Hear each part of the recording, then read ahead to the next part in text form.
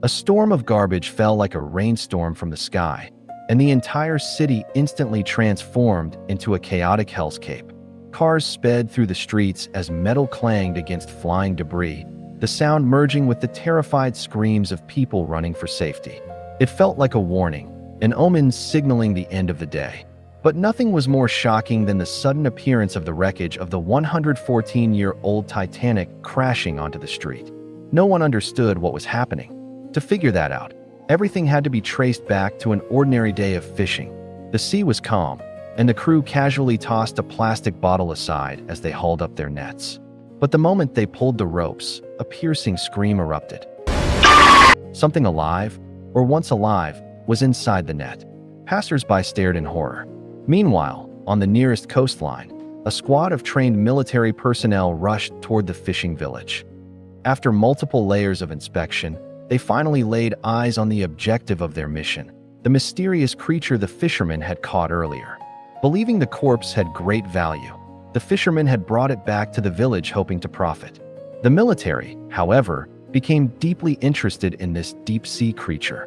In ancient legends, people called it a sea demon, but from a biological perspective, it belonged to the species known as the Aquarius, commonly referred to as the water demon. Under normal circumstances, such a discovery wouldn't have alarmed the military until they found a pearl embedded inside its body. This pearl was clearly crafted, not naturally formed. Only humans have been known to embed such things for thousands of years. This meant that the Aquarius possessed intelligence far beyond expectations. The Black Commander, believing they had discovered a new sentient species, ordered a deep scan of the creature once everyone had evacuated. Only Barkley quietly approached the corpse afterward. He whispered a small prayer, saying that no matter what, this had once been a life. Later, Barkley and several others brought special equipment to the coast, technology the commander specifically requested for deep-sea communication. He hoped to establish contact with the intelligent Aquarius. That night, as the soldiers guarding the body chatted casually, one of them suddenly noticed something strange. The solid cement floor beneath their feet had begun to soften, rippling like a swamp. Before the female soldier could understand what was happening, her legs sank into the ground. The companion next to her tried desperately to pull her free, but it was useless. A black hand surged up from the watery floor and dragged her down. Moments later, the water around the corpse rippled violently. Darkness surged, and in a flash the suspended Aquarius corpse was gone. The alarm blared through the base, and soldiers rushed out of their tents. By the time they reached the scene, both the corpse and the two missing guards had vanished. The swamp-like ground had solidified back into smooth cement. Barkley noticed something unusual beneath his feet and pulled a chair leg from the floor. The commander tried contacting the missing soldiers via radio and heard faint, muffled voices. The walkie-talkie signal was coming from beneath the ground. Soldiers dug with their bare hands until a twisted arm emerged. Barkley sat by the coastline afterward, trembling and unable to calm himself after witnessing a corpse up close for the first time. The Black Commander was filled with questions.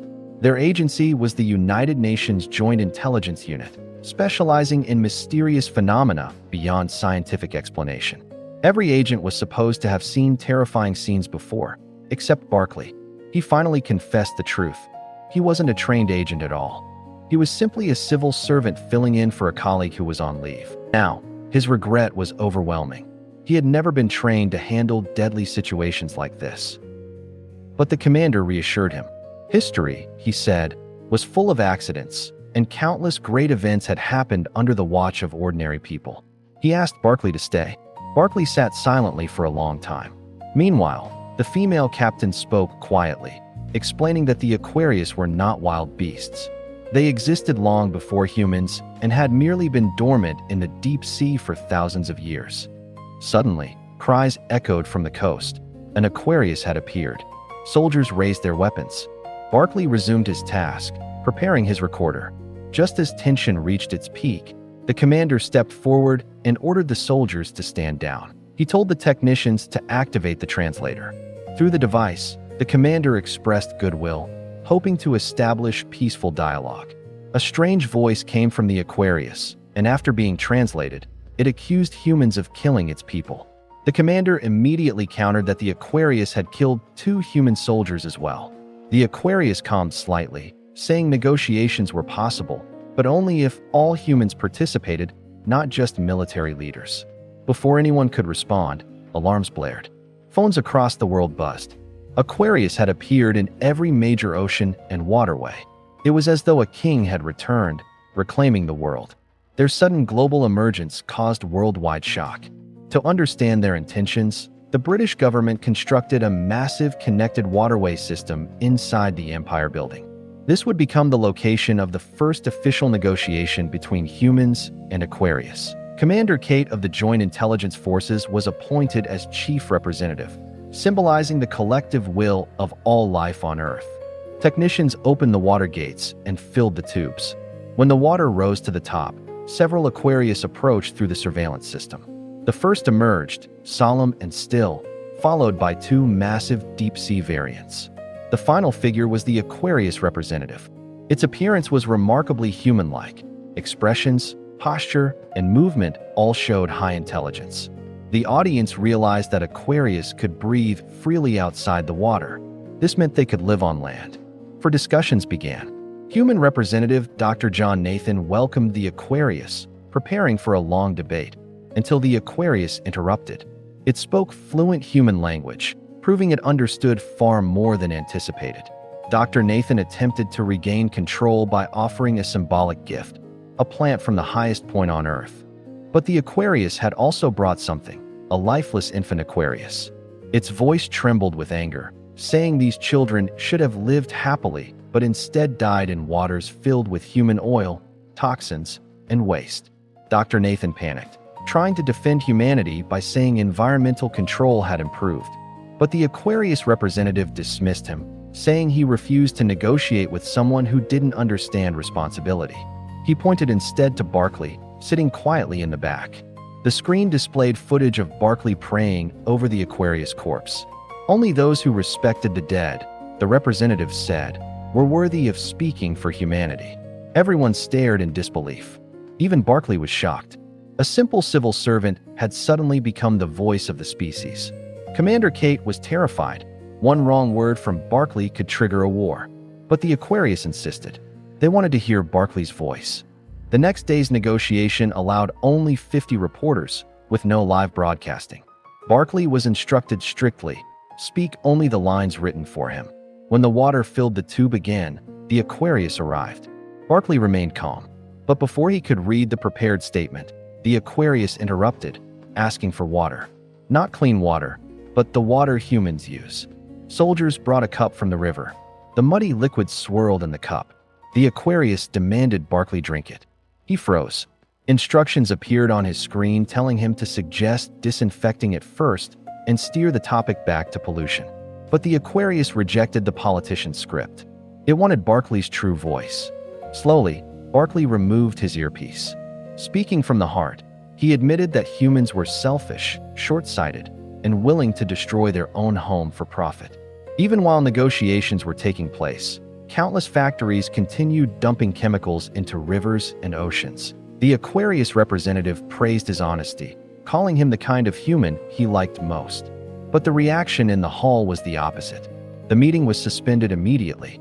Barclay's words had weakened humanity's negotiating position.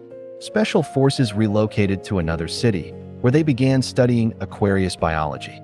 Even the dead specimens were examined.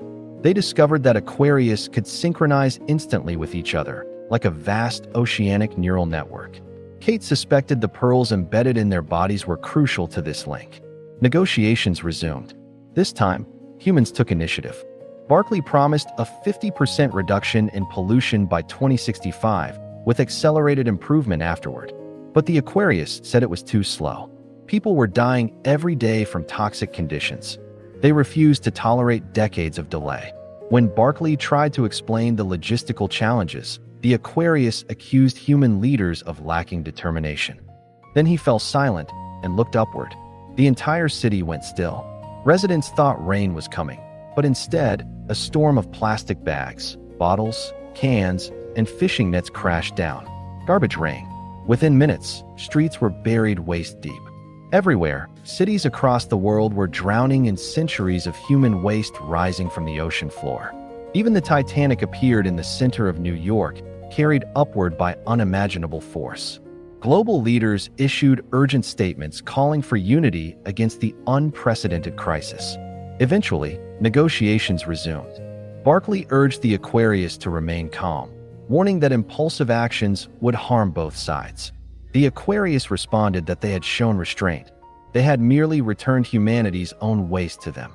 Barclay struggled to contain his emotions, knowing his wife and son had nearly died in the chaos. Kate instructed him to ask for a ceasefire. The Aquarius agreed, on 3 conditions. First, humanity must stop polluting oceans and rivers immediately. Second, a clear survival boundary must be established between humans and Aquarius. Humans believed they meant a section of the ocean, but the Aquarius declared that all oceans and waterways belonged to them. No ships, no aircraft, nothing was allowed above their domain. Many nations erupted in anger. Losing sea routes meant economic collapse. The Aquarius laughed coldly. Then he stated the third condition, the most crucial. The next negotiation must be held at one of the deepest sea trenches on Earth, far beyond the depth any human submarine could reach. Faced with the impossible demand, Barclay still agreed. And that concludes the first and second chapters of the Battle of the Sea. If you enjoyed it, stay tuned for the continuation.